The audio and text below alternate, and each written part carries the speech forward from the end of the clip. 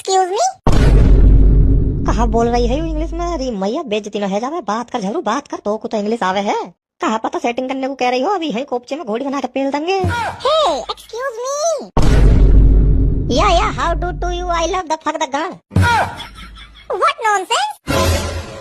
जी yes या हाँ बोलो। Can I use your phone? Actually my phone is dead and I want to make a call, so please help me. पूरी मैया यार, ने तो 5 सेकंड में पूरी किताब सी पढ़ दी इंग्लिश की। मैंने तो अपने पूरे जीवन में इतनी इंग्लिश न पढ़ी। मैडम जी तुम्हें हिंदी आवे है? व्हाट शॉट कर रही है? अभी दे दियो ना थूक लगा के, तो एक शॉट में ही कूदती डोलेगी। मैं नू कह रहा हूँ, हिंदी आती है तुम्हें? जी हाँ आती है।